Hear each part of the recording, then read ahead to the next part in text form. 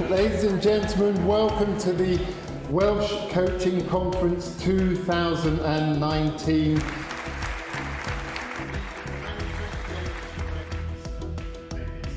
I think coaching plays a fundamental part in developing people. That ability to talk with somebody, that ability to think through, to sound out, to take the time to think. We don't get that. We have to demonstrate that through pushing ourselves, stretching ourselves, and that's why events like this are really important.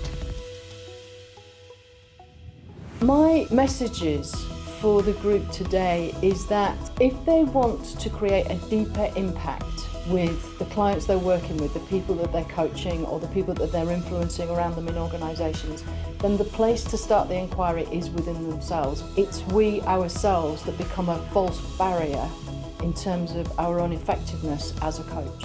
It's friendly, it's warm, you feel welcome. So yes, absolutely, I wanted to come in order to, to access that and access the buzz and the energy in the room.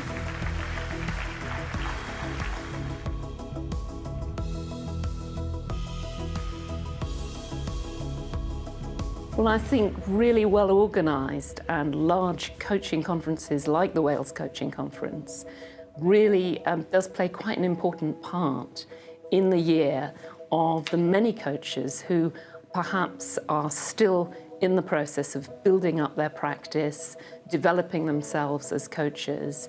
They're being able to come together, have some really interesting and stimulating input from the talks, the keynotes and the masterclasses, but also to share experiences with other people in the same position.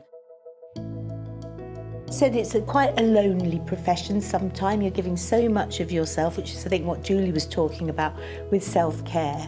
So being able to talk to somebody who knows where you're coming from, who gets it, it's that immediate, relaxing, and I think it energises in that way. I think what struck me today and in previous years is how kind people are, kind with their knowledge, kind with sharing their good practice, kind with their listening.